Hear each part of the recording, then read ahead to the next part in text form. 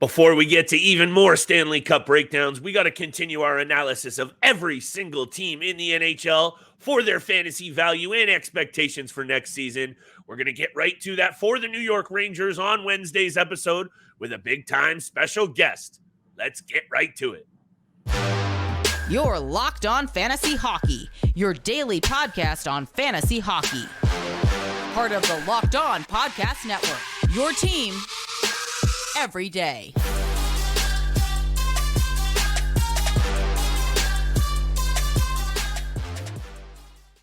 Welcome back inside the lab, everybody, and thank you for tuning in for the Wednesday episode of the Locked On Fantasy Hockey Podcast, and thank you for making us your first listen every single day.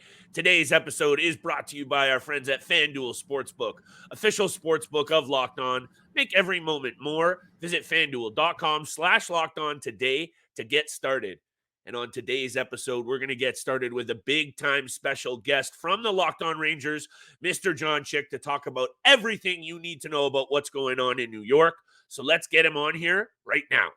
And here he is, John Chik, host of the Locked On New York Rangers podcast. Make sure you subscribe and follow his podcast. Follow him on Twitter at jchick17 as well. And, of course, the Locked On New York Rangers Twitter, of course, too. John, thank you so much for being here. We really appreciate you taking the time out of your day, having the Rangers expert on the show to help us break down everything that's going on this offseason as well as next season, fantasy-wise. And I want to jump into this right away. Of course, we're going to talk about the acquisitions of Tarasenko and Patrick Kane towards the end of the episode. We want to talk about Igor Shesterkin and a few young guys, but I want to jump in right into the conversation and start with the rumors surrounding the new head coaching position, Peter Laviolette being named that head coach potentially. Like, how do you feel about him potentially being the man at the wheel of this team? And when you look at his resume, his coaching record, do you believe that he can help this team get to the next level? Because they've been in the playoffs the last 4 years. You know, they made it to a conference finals, got beat by the Tampa Bay Lightning. Can Peter Laviolette be that guy to help them get over that hurdle? Yeah, I mean, the phrase that I've kind of been using on my show, I did this in a recent episode regarding Peter Laviolette, because coming into this offseason, once Gallant was fired, I did kind of feel like he had a little bit of the inside track. You know, he probably was the most likely person to be the next head coach of this team. The phrase that I've used is it's an obnoxiously safe hire. You know what I mean? Like, there's part of me that really wants to see them roll the dice. You know, Chris Knobloch has done a nice job with their AHL team, the Hartford Wolfpack. You've got some other young coaches that were available around this league, Andrew Burnett and Jay Leach among them.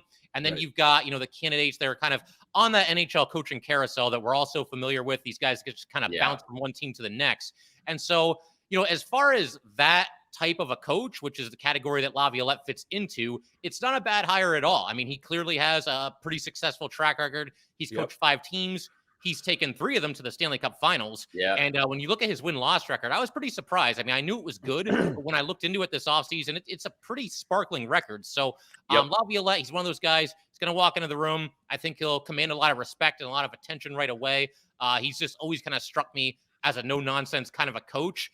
I think for Ranger fans, there will be a little bit of an adjustment period because we're so used to seeing him coach teams like the Flyers and the Capitals. Yeah. And anytime Laviolette has coached one of those teams, it's gotten really nasty between that team and the Rangers. So it's going to take some time. It'll take some warming up to. But again, as far as the retreads are concerned, I think you could do worse than Laviolette. It's a solid hire, if a ridiculously safe hire for the Rangers, if he is the guy. 100%. And actually, he's a bit of a Metro Division specialist. This is his 5th club that he's coached in this Metro Division. I don't know what that's going to mean for the overall success of the Rangers, but it can't hurt them going into this season. I think you're right on the money, though, John, with that safe hire. At the end of the day, too, he's the 8th winningest coach in NHL history. And when you're mentioning the other names in the conversation, Lindy Ruff, Paul Maurice, Laviolette, like you said, I don't think there's there's not a mistake here. To me, it's very much like what's going on with the Maple Leafs in terms of off the ice. It's all on the ice for me, right? We know the talent this Rangers team has. Shesterkin, we're going to talk about it, up front, loaded. But for me, at the end of the day, it's what can they do in the offseason with the roster? And we'll get there in a second. But what's your overall takeaway in this offseason? Laviolette, okay. What do they need to get done? What's at the top of the list? We'll talk a little bit about that. But for you, what do they really need to accomplish this offseason to be ready for October? Yeah, I mean, there's a lot of opinions out there with Ranger fans. It's a very passionate fan base. And, there's all these kind of fantasy ideas of trade this guy or trade that guy. And I've been quick to remind everybody, no, he has a no move clause. He has a no move clause. He has a no move clause, a partial no move clause, on and on. So they've got precious little cap space to work with this offseason. And I think going into this next season, the team that you saw, excluding the rental type players, the team that you saw the Rangers put on the ice at the end of this past season is largely what you're going to see for this upcoming season. I think there's going to be like a little bit of patchwork here and there. I know some Ranger fans, and I include myself in this, are excited about the idea of maybe you bring back Jesper Fast. They're going to have to be smart with the money that they have. They don't have the kind of money to bring in one of the top guys in the free agent class, but you can add in, some defensively responsible forwards. I'm going to do an episode in the future. We've already started looking at different UFAs from around the league, but I want to do an episode, or at least a couple of segments of an episode, where I try to find what I'm calling inexpensive speed. I think the Rangers could use, a speed demon. I don't think they're like a slow team, but there's nobody other than maybe Kreider that really stands out as far as having a lot of speed. And, maybe a little bit more grit as well. I mean, every team in the league always wants to add more grit and more toughness. You know how it is. But I think the Rangers could stand to improve in that area as well. But it's going to be interesting because they have not a lot of money to work with. So they're going to have to be smart. There's money ball in baseball. Rangers are going to have to play a little bit of money puck this offseason, I think. Yeah, and every team always wants to add a physicality aspect to their game, a little bit more speed, something that the New York Rangers, they could use a little bit more of for sure, but something that they have right now, that is a big question mark for me, and maybe for a lot of fantasy owners out there, whether they should draft them or not, or whether they're going to, continue to progress a little bit, is those three young guys on the third line, Lafreniere, Kakko, and Philip Hedl as well. Especially Lafreniere. I recently watched your Lafreniere episode the other day about has he been a disappointment? What can you expect in the future?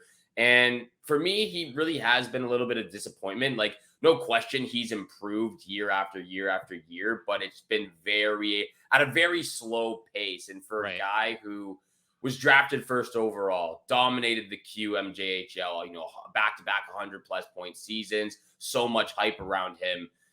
It just seems like he doesn't have the confidence that he used to have when he was playing in Rimouski, and he doesn't have that confidence anymore in the NHL. Was that a part of Gerard Gallant's being the head coach and maybe not using and facilitating him properly? Maybe Peter Laviolette can come in and get Lafreniere and Kakko more offensively minded and get them going, what we've seen them do in the past when they were playing in junior and everything. So can Peter Laviolette maybe get a spark going for both Lafreniere, Kakko, and Hedl, and really get those guys going offensively? Yeah, it's certainly possible. I mean, with Gerard Gallant, overall, I liked him as the Ranger coach, but one of his flaws, or at least what I felt in my very humble opinion, what one of his flaws was there were times where he was just kind of stubborn to a fault, where he would automatically, like, regardless of what was happening, just kind of default to giving top 6 minutes, giving power play time to veterans over some of the young guys. And granted, I mean, when you've got a roster of like Panarin and Mika and Kreider, and then you add Tarasenko and Kane, you can understand that a little bit. But yeah, there's times where it feels like he was hesitant to really give them, a real opportunity. There was a time this past season where the Rangers were struggling, and they went to a top line left to right of Lafreniere, Mika, and Kakko. And I thought those three really clicked together. They eventually cooled off a little bit. The first couple of games, though, they looked great. They were setting each other up for some nice goals. And I wouldn't mind seeing a reunion of that trio going into this upcoming season. Let's just kind of throw the kids into the deep end, Kakko and Lafreniere, put them out there with Mika. I mean, he's one of the premier centers in this league. He can go out there and play with any two wingers. I think the two of them, you could include them in that group. And, I've noticed Lafreniere in particular. I've always wanted to see more of him and Mika together. The little they've played together over the past couple of years, I feel like they have a chemistry. They have kind of a sense of where the other one is going to be. So those two in particular, I'd really like to see them out there together. But as far as Laviolette, I'd have to go back and look at some of his rosters and, were there young kids that were, really excelling. But, I think he's done at least a little bit of that. I think at a certain point, you're going to see these kids, instead of just taking baby steps forward, hopefully this next season, it's kind of like a hop, skip, and a leap forward. And they get to that level that we expected them to, or at least somewhat close to that. There's just so much talent there still. I don't think if I were the Rangers front office, I'm not ready to give up on Lafreniere or Kako. Just so much ceiling still left to be Yeah. untapped. Can it be Laviolette to get it done? No, we'll have John Chik back on later in the season. We'll come back to all these topics because as fantasy heads, we need to know what's going on month to month. We also need to know what's going on in that blue paint with the blue shirts. We're going to talk about Kane and Tarasenko around the break as well. But we got to talk about our friends at FanDuel because today's episode is brought to you by FanDuel. You got to make your way over to FanDuel right now because new customers get a no sweat first bet for up to $2,000 back. That's actually $2,500 back in bonus bets if your first bet doesn't hit. And you know what we love about FanDuel? They got promotions every day, safe and secure app. And the payouts, you get them within 8 hours or instantly. There's no better place to bet all of the postseason action than at America's #1 sportsbook. Visit FanDuel.com/lockedon and get a no sweat first bet to up to $2,500 back. That's FanDuel.com/lockedon. FanDuel, official sports betting partner of the NBA. And thank you so much for making the Locked On Fantasy Hockey Podcast your first listen every single day. We are part of the Locked On Podcast Network, where you can find your favorite team from all 4 major sports leagues and including the NCAA, your team every single day. Remember to subscribe and to follow to both the Locked On Fantasy Hockey Podcast and, of course, the Locked On Rangers Podcast with host John Chik. Follow John on all of his socials as well. You don't want to miss out on any of the episodes. He's breaking down everything you need to know New York Rangers this offseason as well. And again, thank you so much, John, for being with us today and breaking down some of the questions that we have for you. And I know, again, Flip and I talk a lot about the Rangers. We are blue shirt fans over here on this podcast. Big fans of a lot of the players, and including Igor Shesterkin. I don't think we can express the amount of love we have for Shesterkin in the New York Rangers organization. And I know Flip has some questions regarding the goalie situation, including the backup situation. Obviously, Halak was the backup last year, but Flip, I'll throw it over to you. Appreciate that. At the end of the day, goaltending is obviously a very fickle situation, especially when it comes to the fantasy side of things. But I would say if there's one thing that Rangers fans and yourself, John, have in spades is Igor Shesterkin. And I know we saw a slight regression, still 10th in goals against, 10th in save percentage, and 3rd in wins last year. And if that's a regression, I'll take that goalie every single day. In my opinion, Vasilevsky, Hellebuck, Shesterkin, they're right there as a top 3. It could even be interchangeable after the year that we just saw. But I got to ask, is he going to be back to that Vezina level, Shesterkin, or is this what we got to expect now? Still a top 10 goalie, but really when he came into the league, he was kind of like, he was stopping everything that he saw. And I think at the end of the day, he is going to be 28 years old this year. What's your prognostication on Shesterkin for this season? And I also need to know, where are they going for the backup? Yeah, I certainly would not bet against Igor Shesterkin at some point eventually winning a second Vezina. You know, what he did 2 years ago was nothing short of remarkable.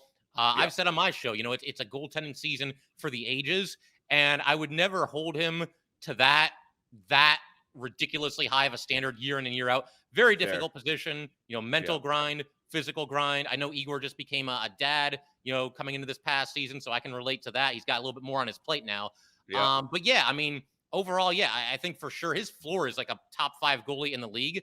And I think when he's at his absolute best, sure, he can win another Vezina. I mean, I think the sky is the limit for him going forward, and he'll continue to be one of the truly elite goaltenders in this league. And, overall got a good, team around him and guys that, I think can certainly help him. Good defenseman out there. So, I think Igor Shesterkin year in and year out is going to put up excellent numbers. But what he did 2 years ago, I'm not sure when the next time is, not just from Igor, but really from any goalie in this league where we're going to see a season quite like that with those kinds of numbers and that kind of just dominance night in and night out. Never slumped the entire season, which when you have a goals against average like he had that year, that's pretty much what it takes. You can't have a single, rough stretch of games or anything along those lines. So, Igor, I mean, bet on him having another awesome season for fantasy purposes. I think for sure he should be one of the first 3 or at worst, the first 5 goalies off the board. Very safe floor and a pretty much limitless ceiling as well.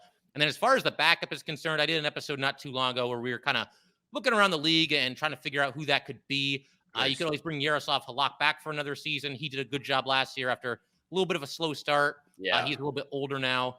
You've Yeah. also got Louis Domingue in the AHL, which, I mean, you could go with him. It's an inexpensive option.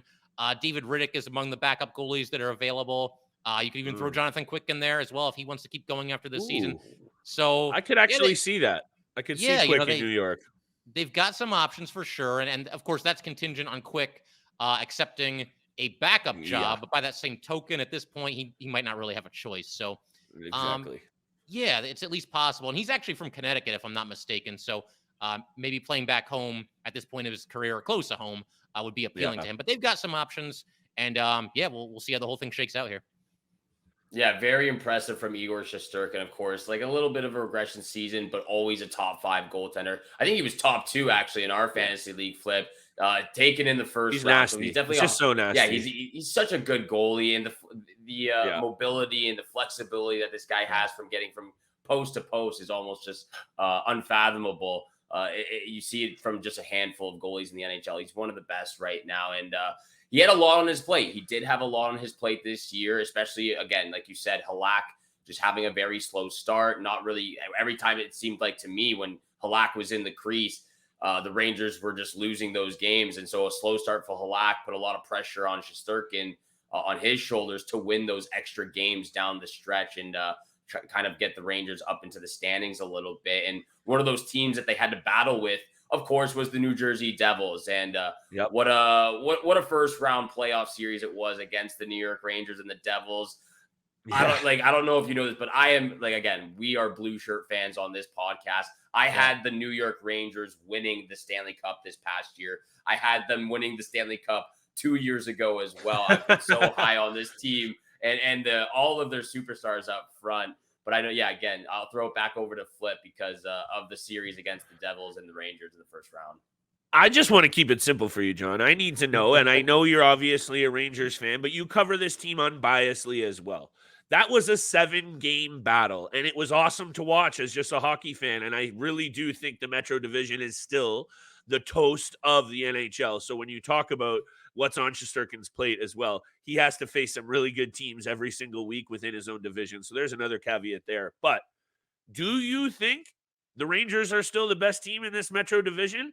Or how is it going to be now, potentially playing second fiddle to this young upstart Devils team who obviously doesn't have the experience or the goaltending, but they're going to be a force to be reckoned with in this division for a number of years? Yeah, see, to me right now, I would still put the Canes ahead of both of those teams. Okay. When you can continually win, what you guys just said was probably the best division in hockey. When you consistently are at the top of that division and you're always a threat, it seems like you're always making a pretty deep playoff run. I mean, I know that the pressure is going to be mounting for the Canes to at least make it to the finals, if not win the Stanley Cup, because they've been in the mix for a while and can't quite get over the hump. But when you consistently win that division and do so pretty comfortably, like I don't remember the standings being all that close. I think we pretty much knew the Canes were going to take it getting toward the end of this past regular season. To me, to be the best, you got to beat the best. And the Canes, I know the Rangers got them in the playoffs 2 years ago, but the Canes, they continue to get it done. I think it's a tremendously well-coached team, very deep team, good defenseman. Antti Ranta, former Ranger, very underrated goalie in my very humble opinion. Just a really strong team with very few weak points. So to me, that's still kind of the cream of the crop in the Metro. As far as the Devils are concerned, I mean, I've done a bunch of crossovers with Trey Matthews of Locked On Devils, and we always have a lot of fun with that. But we've been talking about this, man. Even back when both teams were rebuilding and trying to put all the pieces back together, it was like, man, both these teams, they're on their way, and even back when both teams were still struggling, they would play each other and it would have kind of a big game feel to it. And now that both teams are good again and both a threat again, I mean, it's more fun than it's ever been, this Ranger-Devil rivalry. It wasn't a lot of fun for us as Ranger fans in the playoffs this year, but, you get the point that I'm making here. That rivalry is back in full force, and those two teams, man, they're going to be going at it for a lot of years to come here, I think. And actually, at the end of the day, to your point, Carolina actually finishes only 1 point clear of the Devils, 6 points clear of the Rangers. I just think these three teams are going to be going at it at the top of this division still for the next couple of years. You allude to Carolina's future a little bit, but the Devils and the Rangers aren't going anywhere, especially with the anchors that they have on both sides of the puck. Keandre Miller, we haven't talked about. I don't know if we're going to get there. To me, he's right on the cusp of being a, me, Steele, when it comes to my Keandre Miller takes. This guy does a little bit of everything fantasy-wise, and we haven't even seen the best from him yet. You'll see the best from us, though, right after the break, Steele, if you want to take us there. Yeah, a lot to talk about. We could probably squeeze Keandre Miller in there as well. We're going to be talking about a few UFAs, real quick, veteran UFAs of the New York Rangers. But thank you so much for making the Locked On Fantasy Hockey Podcast your first listen every single day. We are a part of the Locked On Podcast Network, where you can find your favorite team from all 4 major sports leagues, including the NCAA, your team every single day. And of course, make sure you follow and subscribe to the Locked On Fantasy Hockey Podcast as well. The Locked On New York Rangers podcast. Follow John Chik on Twitter at jchick17 as well, and all of his social medias. Again, you don't want to miss out all of the analysis and breakdowns of the New York Rangers this offseason, the draft coming up, of course, everything free agent wise when it comes into July as well. But John Chik will have the answers for all of us and all of you fantasy owners out there, including some of these veteran RFAs for the New York Rangers. Obviously, they acquired Vladimir Tarasenko and Patrick Kane at the trade deadline this past year. Both guys are UFAs heading into the offseason. Patrick Kane, 34 years old. Vladimir Tarasenko,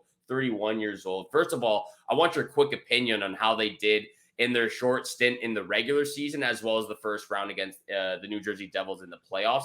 And do you believe that they will re-sign with the New York Rangers potentially this offseason, and again, maybe form some chemistry like Patrick Kane and Artemi Panarin used to have in Chicago? Maybe Vladimir Tarasenko can continue his hot play with the Rangers next season. Do you believe that they'll re-sign this offseason? I don't, and it's mostly because of just the aforementioned salary cap situation we talked about, not that long ago. With Tarasenko, man, I would love to have him back. I thought overall, not like sparkling offensive numbers, but I just thought that he checked a lot of boxes for the Rangers. They were very thin at right wing before they traded for him this past season. They needed to go out and get one of the bona fide top right wingers that was going to be available at the trade deadline this past season. And they did that with Vladimir Tarasenko. Seems like he fit right in with the Rangers as far as like the culture is concerned and the style of play. For a while there, they were going with Panarin, Mika, and Tarasenko on the top line, and the 3 of them, man, I mean, they look dangerous every time they were on the ice.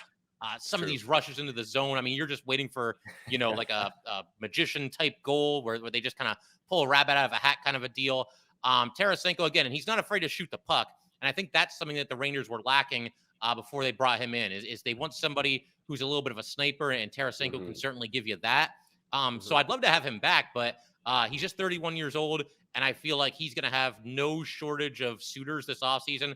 I know, he's had the shoulder surgeries, so maybe that scares away a couple of teams, but I get the feeling he's looking at a pretty good deal and a pretty decent length of contract as well, and one that the Rangers just probably are not going to be able to afford. Never say never. They could always make a couple of trades, open up some cap space. It's always possible. But if I had to bet, I would say he's probably playing elsewhere.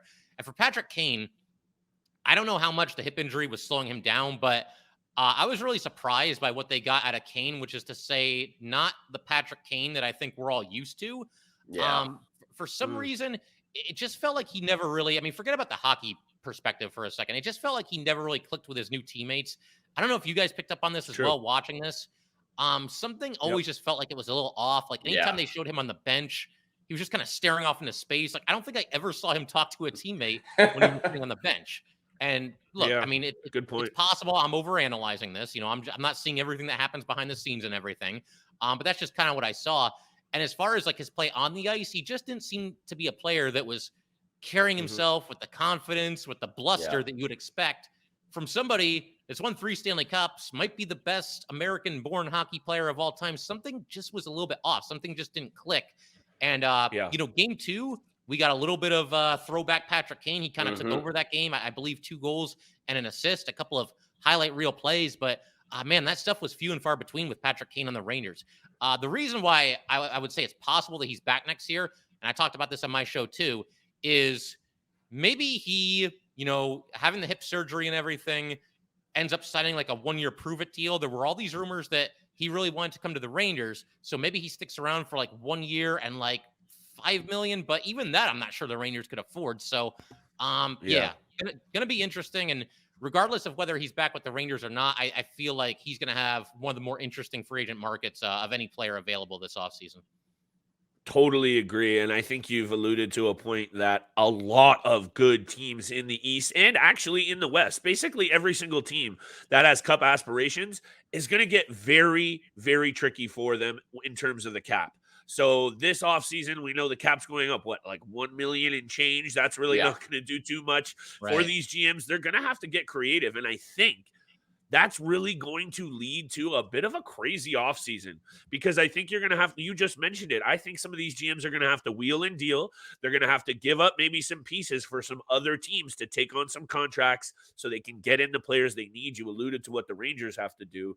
Also, I alluded to it before the break, and he is a restricted free agent, I believe, Mr. Keandre Miller. Let me just double check that. Yep. Restricted free agent at 23 years old. This past season, I also mentioned it. He hits, he blocks shots, he chips in offensively. 43 points this year. I need to ask about him very quickly. My last question for you, John. 43 points. Are we seeing him just scraping the surface offensively, or are we expecting 40, 45 points and a whole bunch of peripheral categories from Mr. Miller? There's certainly still some upside there. And overall, I think Keandre Miller, what he's given the Rangers over the first 3 seasons of his career, I think as a fan of this team, you have to be happy with it. We know, all of us as Ranger fans, that this team has certainly swung and missed on some draft picks in the past. That was the year that they had 3 first-round draft picks, and the other 2 other than Miller were Nils Lundqvist and Vitaly Krasov. And obviously it didn't work out with those 2. So the fact that Miller kind of took the bull by the horns a couple off seasons ago and was kind of a surprise opening night starter. Nobody was really expecting him to make the team out of training camp, but he did. And again, kind of just took the bull by the horns, ran with it, and is entrenched himself in the top 4 for the Rangers. I thought this past season, him and Trouba was playing through some injuries, so maybe that threw both of them off. I thought they got off to just a miserable start for the Rangers. True. But after the first quarter of the season, I thought they both, pulled it together. And Miller certainly has some upside. I feel like, 45 points or so, that's probably about where he'll eventually settle in. Although you never know. I mean, if he was to end up on some other team, which I don't want to happen, but it's entirely possible he gets more power play time, so that leads to more points as well. So that's, certainly a possibility. But I would imagine the Rangers want to get something done with him. I'm looking at maybe like a 2-year bridge deal kind of situation. Me too. And it's so hard to predict these contracts, but maybe somewhere between like $3 million and $3.5 million, somewhere in that ballpark would be about right for Miller. So we'll see what happens there. But yeah, I'm hoping that Miller, eventually becomes a pillar for this team. And I realize you can't keep everybody. You got the salary cap situation, but hopefully he sticks around, because overall he's been a very good player for this team. Agreed. Very good player. The Rangers have a lot of good players moving forward, and no short of talent for the New York Rangers. And hopefully, again, they can acquire some stuff offseason, move some pieces to see what can happen in the future for next season. But thank you so much, John, for joining us for today. We really appreciate you taking the time out of your day and breaking down all of our questions fantasy-wise. We cannot wait to see the New York Rangers back in action next year. The blue shirts over here. Let's go Rangers. Let's go Rangers, of course. Artemi Panarin, my boy. But thank you so much for making the Locked On Fantasy Hockey Podcast your first listen every single day. Make sure you're tuning in Monday through Friday, 7 o'clock in the morning Eastern time is when you can find all of our episodes. And of course, make sure you go follow and subscribe to the Locked On New York Rangers podcast. Follow John Chik at JChick17, of course, breaking down everything you need to know New York Rangers wise. And again, thank you so much for tuning in for today's episode with Flip and I and John, our special guest for today. Have a great day. Good luck with all your bets out there if you have any. And we shall see you back here again tomorrow. Peace.